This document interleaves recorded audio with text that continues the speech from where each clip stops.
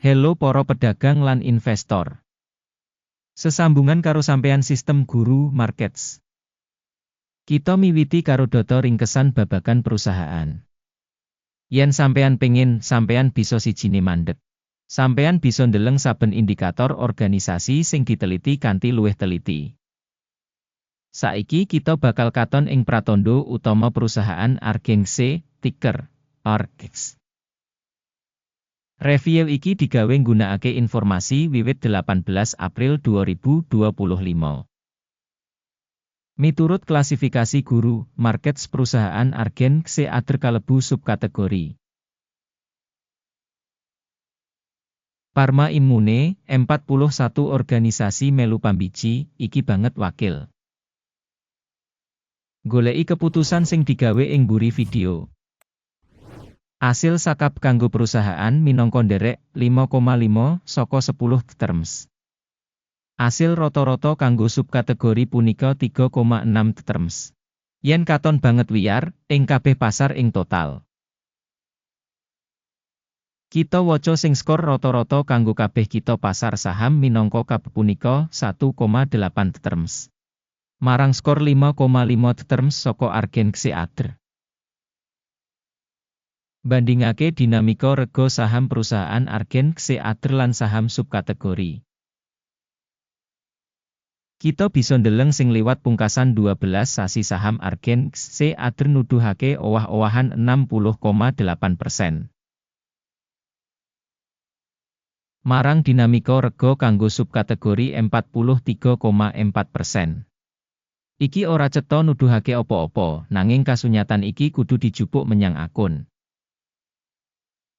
Kapitalisasi pasar perusahaan Argen C Adr regane 36 US $ 41 sen miliar.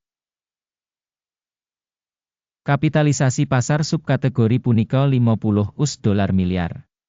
Argen C nuduhake 73,262%, iki minangka pimpinan utama subkategori kasebut.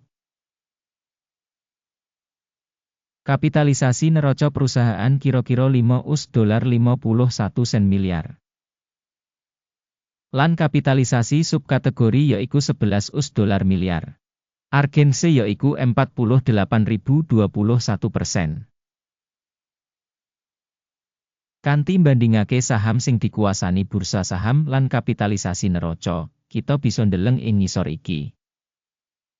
Nuduhake Argen C ing subkategori nalika netepake nilai pasar 73,262%. Kapitalisasi neraca iku 48,021%. Iki 34% kurang saka nuduhake kapitalisasi pasar. Taksiran saham perusahaan saka pasar lan kapitalisasi imbangan ing subkategori ala -1 titik. Utang organisasi punika 0 US $ 5 sen 5 miliar. Kewajiban finansial kanggo kapitalisasi buku nganti 1% saka ibu kutha perusahaan. Asil ing tingkat utang perusahaan, apik banget 2 terms. Nilai pasar perusahaan kanggo rasio laba yaiku 43,8. Kanthi rata-rata ing subkategori 0, sing luwih apik tinimbang ing subkategori. Taksiran rega saham kanggo rasio media WI ing comparison karo perusahaan ing subkategori, apik banget 2 terms. Media WI kanggo pungkasan 12 sasi ana 831 US $ mayuta-yuta. Pangentukan maju kanggo teko 12 sasi samestine 1 US $ 24 sen 1 mayuta-yuta. Lan iki 49,3% luwih saka ing wayahe saiki. Taksiran pratandha media WI samestine ing comparison karo ing subkategori, apik 0,5 terms. Rega perusahaan kanggo rasio revenue punika 16,7. Rata-rata kanggo subkategori punika 15,3 lan iki 9% luwih dhuwur tinimbang rata-rata kanggo subkategori. Taksiran rega pasar kanggo indikator revenue dibandingake karo pratandha perusahaan ing subkategori tolerable 0 terms. Revenue kanggo pungkasan 12 sasi ana 2.190 US$ mayuta-yuta. Revenue projected kanggo sabanjur 12 sasi samestine kanggo $2,91 yuta. 33% luwih saka saiki.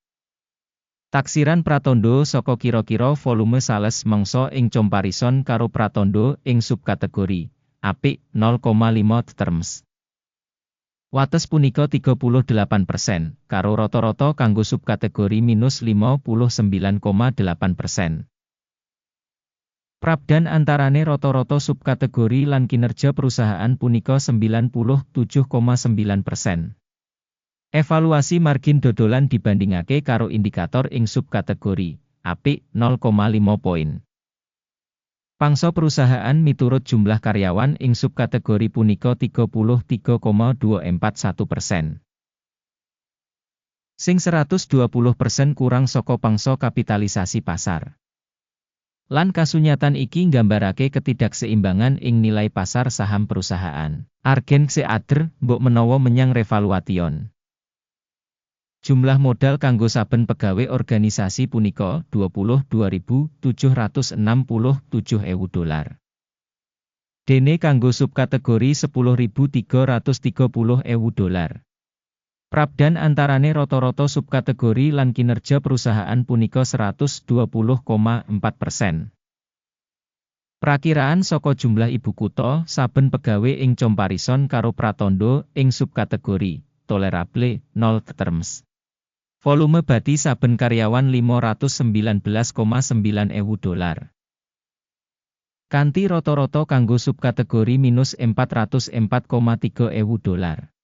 Lan prabdan antarane rata-rata kanggo subkategori lan pratandha perusahaan punika $924,000. Pambiji bati saben karyawan dibandingake karo indikator perusahaan ing subkategori apik 0,5 poin. Volume dodolan kanggo saben karyawan perusahaan punika $1.367.000. Ing subkategori ana $676.000. Prabdan antarane rata-rata subkategori lan kinerja perusahaan punika 102%. Taksiran revenue saben pegawai perusahaan dibandingake karo pratandha ing subkategori apik 0,5 terms. Enggo bareng cendak cocok kanggo 3,5%, karo rata-rata kanggo subkategori 7%. Iki minangka indikator saka remet cendak bisa. Indikator teknis resi 14 nuduhake tingkat 52% kanggo perusahaan Argen Seader. Ing subkategori tingkat iki 50%.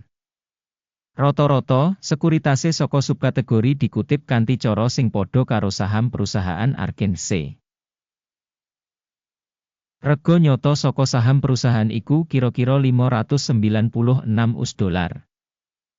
Target rega konsensus kanggo saham perusahaan udakara $761. Dinamika rega saiki lan ramalan konsensus kira-kira 28%. Ayo kang katon ing tabel pesenan kasedhiya kanggo Everyone, link kanggo iku ing komentar pinet. Tabel pesenan ngemot kabeh pancasan digawe mangsa iki dening informasi lan sistem evaluasi referensi guru markets. Akses menyang meja pesenan gratis lan buka link ing komentar pinet. Adhedhasar asil pambiji sekuritas Argen C. Sistem informasi lan referensi guru markets kaputusan wis digawe. Buka pesenan tuku kanthi rega $596 dua saben saham. Pesenan iki dibuka amarga kasunyatan sing perusahaan wis regane cukup dhuwur. Penilaian perusahaan adhedhasar metode penilaian indeks AKIM. Take profit disetel ing 654,27. Mandeg mundut disetel ing 538,13. Yen pesenan ora ditutup kanthi njupuk bati utawa mandeg mundut. Ing kasus iki, pesenan ditutup kanthi mandiri ing pungkasan sesi tanggal 18 Mei 2025. Utawa ing dina dagang pungkasan sadurunge tanggal iki. Ticker ABVX bakal dadi perdagangan imbangan kanggo didol. Video ing perdagangan wawas bakal utawa wis diterbitake ing saluran iki. Nalika nutup salah siji pesenan, utama utawa wawas. Pesenan liyane ditutup ing tingkat saiki. Matur nuwun banget kanggo masyarakat sing wis nonton video iki lan gunakake sistem informasi Guru Markets. Sampeyan kabeh penonton paling apik.